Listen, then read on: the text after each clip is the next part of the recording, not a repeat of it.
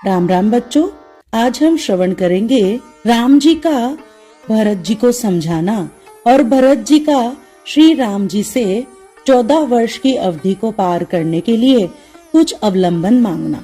सीता जी के माता पिता सुनैना जी और जनक जी जब वन में पधारे तो सभी अयोध्यावासी बड़े ही हर्षित हुए। सभी आपस में बड़े ही प्रेम से मिलने लगे। तब सुनैना जी कौशल्या आदि रानियों से मिलने के लिए पधारी। दशरथ जी के मरण के बाद उनकी ये व्याकुल स्थिति देखकर सुनैना जी बहुत दुखी हुई। फिर सभी रानियां आपस में भरत जी के स्नेह की चर्चा करने लगी। कौशल्या जी ने बड़े ही दुख भरे हृदय से कहा कि मुझे भरत की बहुत चिंता होती है।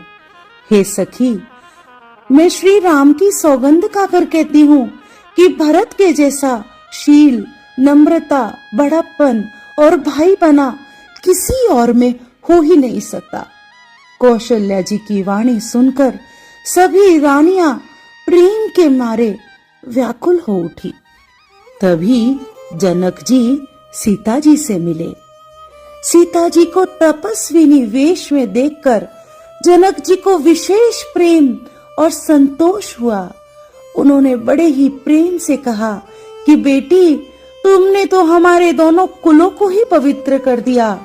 तुम्हारे निर्मल यश से सारा जगत उज्जवल हो रहा है। माता पिता ने सीता जी को हृदय से लगा लिया और फिर हितकर सीख देकर उन्हें विदा किया।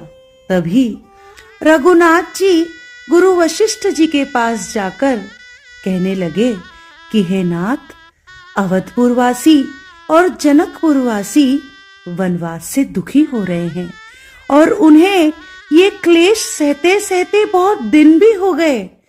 अब उन दोनों समाज के सभी लोगों को यथास्थान लौट जाना चाहिए।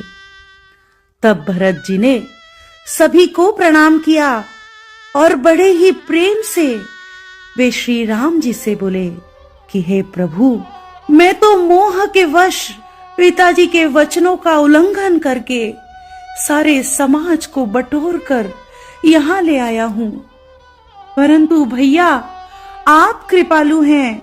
आप अपनी ओर से सभी प्रकार से मेरा भला ही मानेंगे और जैसा उचित हो वैसी आज्ञा दें। आप मुझे दास जानकर क्षमा कीजिए भैया।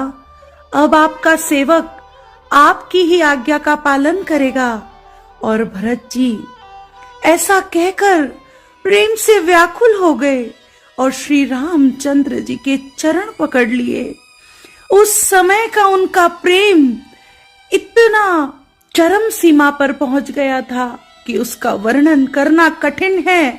तभी श्री रामचंद्र जी ने कहा कि हे तात, हे भरत, तुम धर्म को धारण करने वाले हो, लोक और वेद दोनों को जानने वाले हो।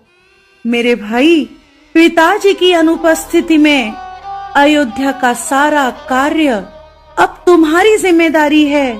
हम दोनों भाइयों को पिताजी की आज्ञा का पालन करना चाहिए। इसीलिए तुम्हें राज्य का कार्य संभालना चाहिए और मुझे वनवास में रहना चाहिए, क्योंकि रघुकुल रीत सदा चली आई, प्राण जाए पर वचन न जाई। हे तात, उठो और तुम सूर्य कुल के रक्षक बनो। तब रघुनाथ जी की वाणी सुनकर भरत जी को परम संतोष हुआ और फिर उन्होंने कहा कि हे कृपालु, अब जैसी आज्ञा हो उसी को मैं सिर पर धरकर आदर पूर्वक करूंगा।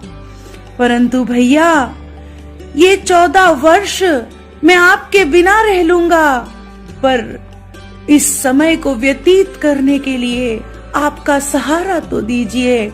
आपकी कोई वस्तु तो दीजिए जिसकी सेवा करके मैं इस समय को पार पा सकूं। नारायण नारायण नारायण नारायण।